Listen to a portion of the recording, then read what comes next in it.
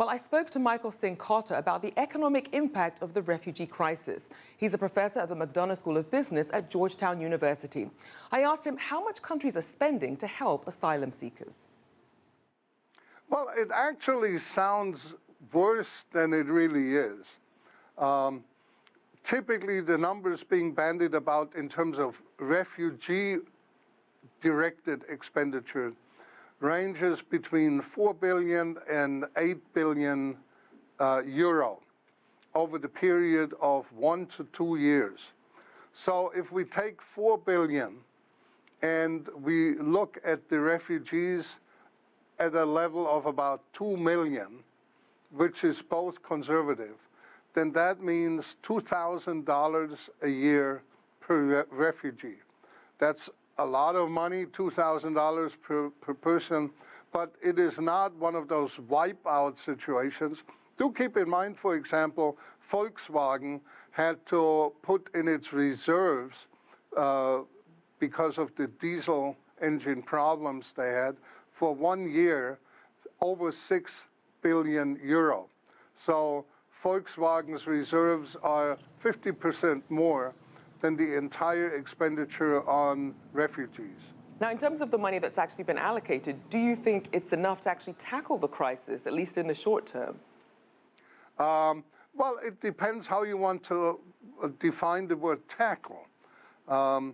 If tackling means don't let anyone else come in, then it certainly is not enough, because then you're getting into the building of walls and the strict monitoring of paths into and through the EU.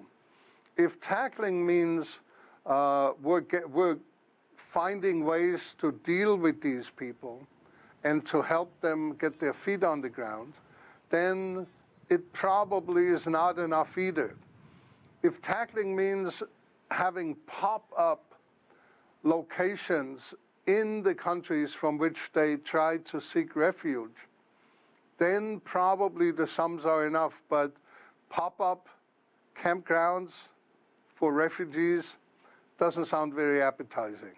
And even the UN High Commission for Refugees says the migrant crisis, it's a global phenomenon, and they're saying that turning people away won't work. So in terms of some of these alternatives that you mentioned, what could some of the potential costs be there?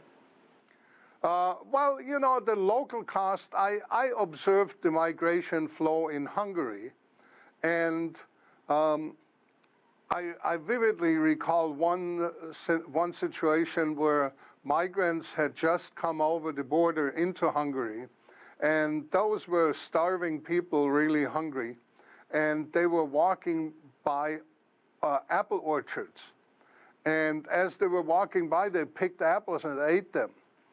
And on the other side of the orchard was the Hungarian owner, seeing his income for the year massively decline, if not disappear.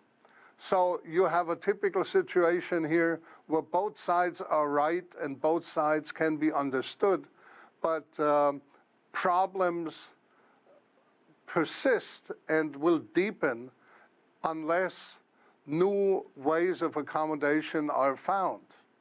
Now, one of the ways of trying to alleviate this situation is trying to provide some sort of economic support and better infrastructure in these home countries so that you don't have as many people leaving.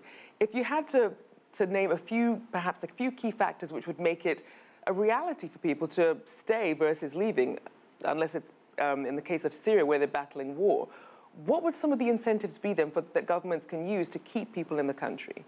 If you look at the entire region, ranging from Lebanon over Libya, there is a lot of enemy or inimical transactions going on. But you also have, of course, the economic refugees. And for them, the question is, how can you help in their country so that they have their feet on the ground and can do at least reasonably well? And that means helping with the foundation of new companies, just the quantity of economic activity. It also means not necessarily looking for the sort of Western ideal of innovation. We can also respect imitation, which in these countries is perhaps easier done rather than coming up with totally new things. And then, of course, it means educating people so that they can be greater contributors in the production process. If you like what you just saw, follow us on social media and visit our website, cctv-america.com.